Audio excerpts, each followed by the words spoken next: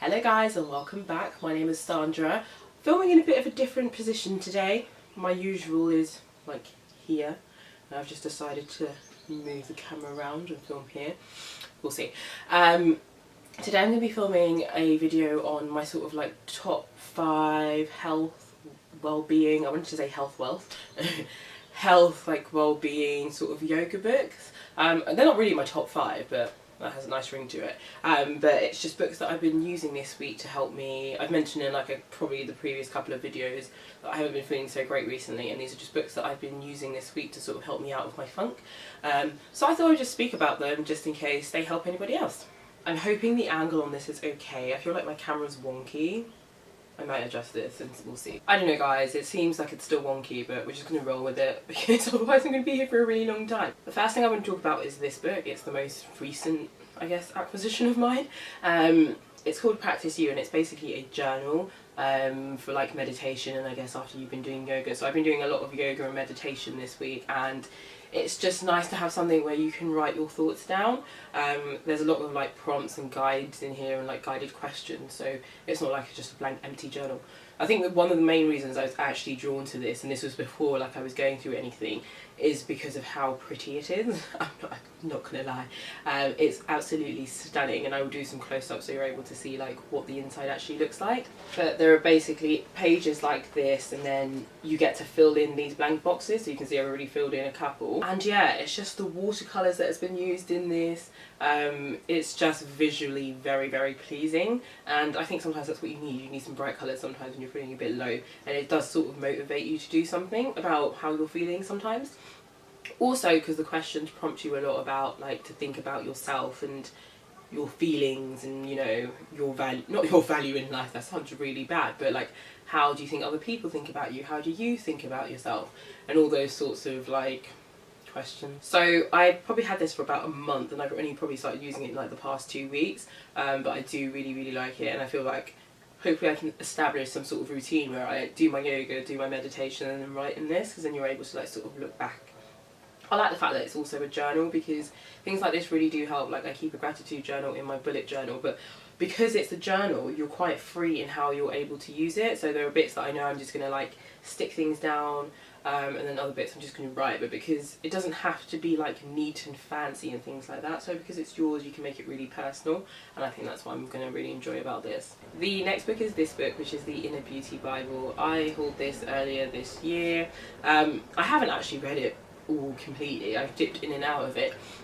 I think what I like about this is that it just has so many lovely pictures that I find it really calming. You can really tell that there was a colour scheme in this, and when you look at the images of the crystals and the different rose petals, they all just match, and it's just so pleasing to look at and so soothing. For example, you just get like really pretty pages like this, which I think are just so lovely to look at, even though it's a book about crystals and sort of, I'm gonna say new age, but I don't think that's the word, but it's a bit about spirituality and, you know, like burning sage and all that sort of jazz. I mean, some of the things I do in this book, I'm like, I'm not doing that. But even though it's about things like that, there's still a really artistic element to it, and I think I really just love that about it.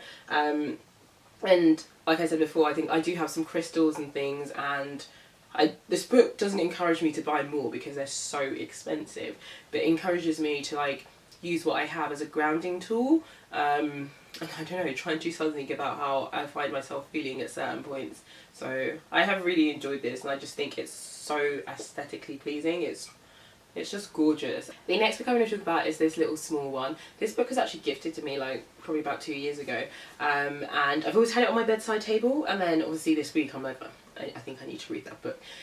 I just really like this because it is really genuinely very helpful.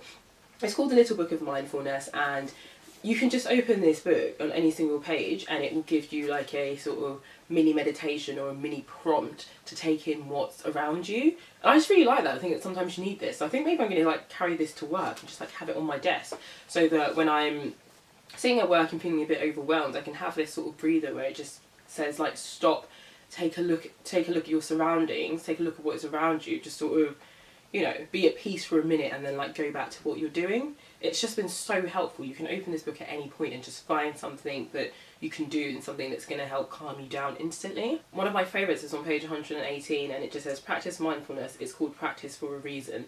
And I like that. I feel like sometimes we feel like you're going to do something like this and it should instantly make you better, but as with all things, you only get better and it only benefits you in a really good way if you keep practicing. So I just love this. I just love that I can just open it up on any single page and I'm finding something that I'm going to use and help me calm down. The next book I'm going to be talking about is Eat, Nourish, Glow. I've had this book for a couple of years now, so I'm always finding myself dipping in and out of it. So if I should hold it on this side so that the sun's not reflecting on it so much. Yes, I think that's a lot better. And as you can see, I have my little tabs here where I've made notes. I actually made those notes the first time I had this book. For me, I don't really like a lot of these like healthy eating books. I find them very condescending. And as someone who doesn't really enjoy a lot of the like healthier stuff in life, I don't know, I find it to be very overwhelming.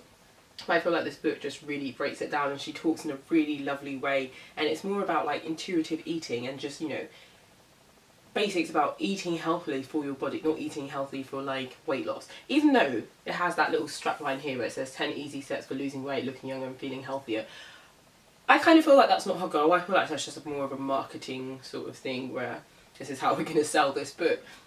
And I think she just really encourages you to be like in harmony with your body. And I know it sounds like really artsy fartsy and whatnot, but honestly, like, it just strips it down to basics and just, you know, it just says you don't need to have all these fancy things. It really just says you need to, like, these are the basic food groups you should be eating from, encourages you to do that on a daily basis and, you know, sort of build up your own eating plan for yourself that suits you. There are recipes in here that she gives that are really like basic recipes for like dressings and things like that, which I like. Again, you keep it really simple. I know she does actually have a cookbook out after this, but I'm not going to buy the cookbook because more than likely I'm not going to like the foods that they make.